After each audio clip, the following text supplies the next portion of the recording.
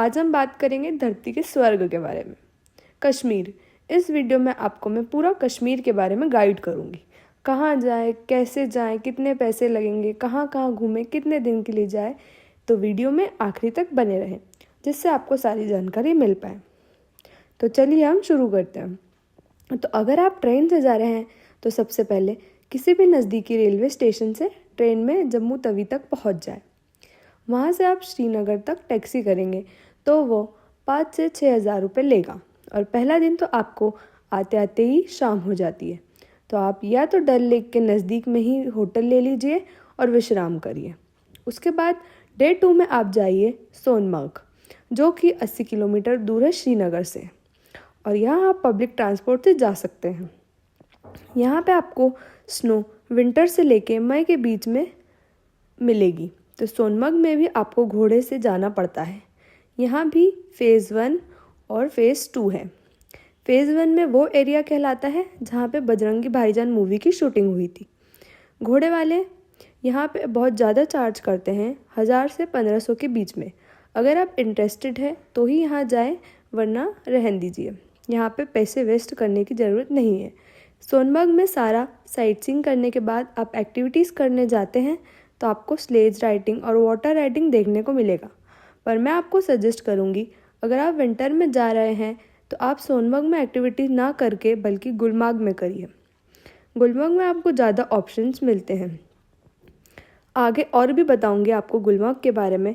इसके बाद आप वापस होटल में आइए अपने, और यहीं ख़त्म होती है सोनमर्ग की यात्रा, यानी डे 2। अब हम बात करते हैं डे 3 के बारे में। तो आप श्रीनगर से प्रस्थान करना है गुलमर्ग के साइट सीइंग को। श्रीनगर से गुलमर्ग की दूरी है लगभग 52 किलोमीटर की। यहाँ तय करने के बाद आप गुलमर्ग पहुँच जाएंगे। उसके बाद आपको यहाँ पे अपना स्नो सूट लेना है।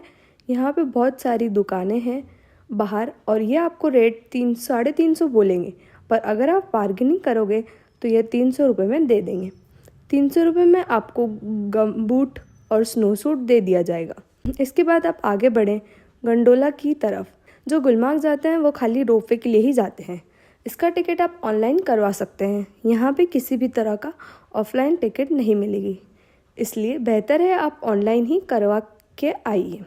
रोपवे 2 फेज़ में जाती है। पहला फेज़ है गुलमर्ग टू कुंडोर और दूसरा फेज़ है कुंडोर टू अपर्वत तक जाती है। फ़ेज़ 1 की टिकट 750 रुपये की होती है और फ़ेज़ 2 की टिकट 950 की होती है।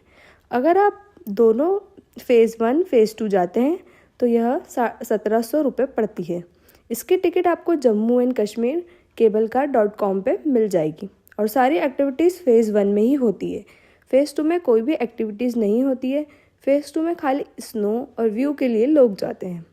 और फ़ेज़ 1 में आपको मोटर राइडिंग, स्लेज राइडिंग और बलून जंपिंग होती है।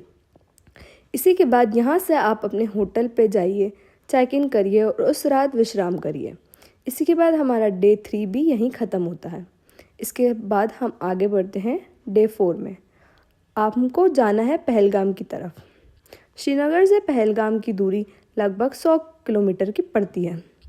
पहलगाम में 3 साइट सीइंग है जो कि आपको आपका टैक्सी वाला नहीं करवाएगा। वो वहाँ पे आपको लोकल टैक्सी यूनियन रहती है तो वो लोग ही करवाते हैं, जैसे बुलेरो, टवेरा, ये गाड़ियाँ वहाँ लगती है। पहलगाम का फेमस साइट सीइंग है आरू वैली, मिनी स्विट्ज़रलैंड।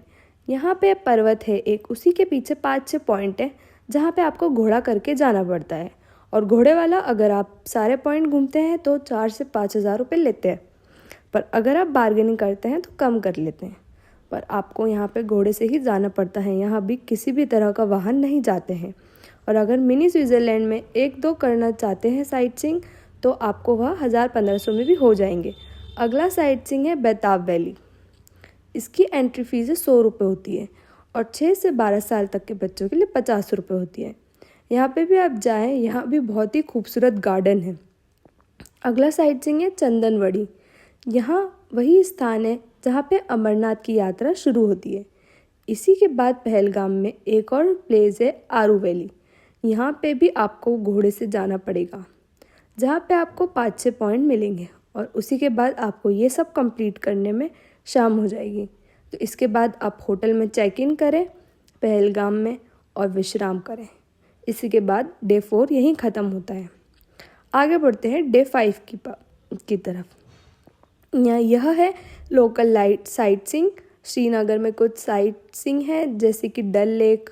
यहाँ पे आपको बोट में स्टे करना है तो शिकारा राइडिंग करना पड़ेगी जो कि आपको पूरा घुमाएगी। इसका चार्ज ऐसे तो 300-400 रुपये होता है, पर सीज़न टू सीज़न वेरी होता है।